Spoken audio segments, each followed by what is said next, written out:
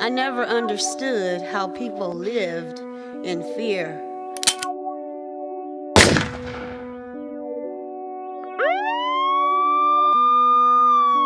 My ex-abuser's actions against me progressed to a lethal level where he thought that he had destroyed my life on December the 5th of 2003.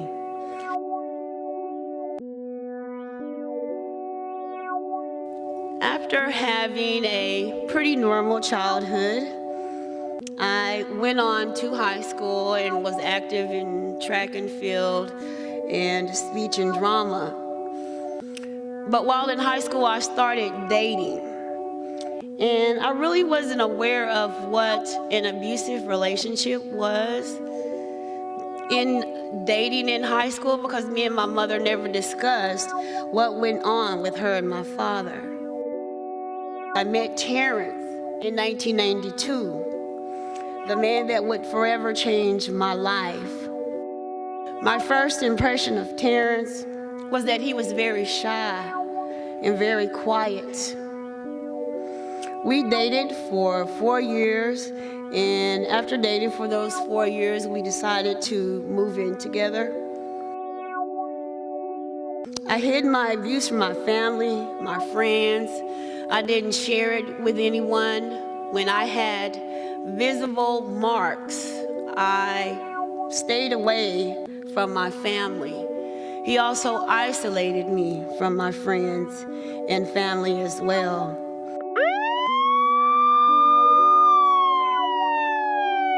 On December the 5th, I had spent basically some of the day with Terrence. We had went to Fort Worth, visited his sister, and stopped by his mother's house, which was not too far from my house. He continued to go out and hang out with his friends, and so the rest of the evening was mother-daughter time. So me and my mother were spending the rest of the evening at home, watching probably Drew Carey. She loved Drew Carey. But I received a phone call from a friend at the time. And while I was on the phone, I'm not really sure where Terrence was or even if he was still in the apartment. Because ladies, you know how it is. Sometimes we get on the phone and get to talking and gossiping and we lose track of time. So that's what happened with me. But my mother left the apartment for maybe like 45 minutes or so to go get something to eat. And once she returned from the apartment, Terrence showed back up. And this is when he began to scream and yell, "Who's in here? Who's in here?" My mother and I tried to tell him that there was no one in the apartment but just us. He continued to scream and yell. He had a gun that he had before he went to prison. He got that gun and he shot once in the ceiling of my apartment. He shot twice into the apartment that was below me. I'm not sure if it was the fact that those 2 bullets went down into my neighbor's apartment, or just the fact that she was a concerned citizen that she called 911. When the police arrived on the scene, their first job is to secure the area, to make sure that the perpetrator is no longer in there. Now, I'm a big fan of horror movies. I love a good scare. I love a good jump. But I don't think that nothing could have prepared me for what this officer was about to see when he entered my apartment. As he entered my apartment, there was bone fragment, teeth fragments. I'm sure the scene was pretty bloody. But as he began to step over me, because he thought that I was deceased, he thought that I was no longer in this world. Imagine beginning to step over someone and this person grabs your ankle to let you know they are alive.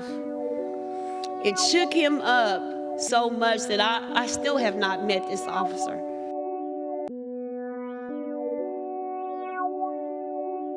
the stages that I went through when they did the surgery, how they basically just rebuilt my face, how they took the fibula bone there and made a jaw, how they lifted the eye socket, how they went in and created my upper lip. And I used to tease my doctor all the time. I used to tell him, he was like, well, Carolyn, he said, you know, you're not going to look the same. And I was like, okay, I know that, I understand. I said, but with those lips, I said, can I get some lips like Angelina Jolie? He said, well, we'll see what we can do. So, but they did do the best. I mean, after losing like 80% of your face, I mean, wow, I didn't expect to get Angelina Jolie's lips either. But due to the phenomenal and the generosity of everyone, my surgeries today come to over $1 million. And I always, thought about it. I was like, what do $1 million look like? Every morning I look in the mirror, I'm looking at it. I'm looking at $1 million. So now I know, only I would rather have it in my hand. But yeah, that's what it cost. It was over $1 million for all those hours of surgery, all that wonderful pain medicine that helped me sleep through the night. 30% of teen dating relationships are usually text 10, 20, 30 times, asking where they are, who they're with, what they're doing. 40% of teens, girls, 14 to 17, say that they know a friend or a peer who has been hit, punched, pushed, kicked, slapped, physically abused in some kind of way. You cannot have a testimony until you have a test. And I think that I've passed my test.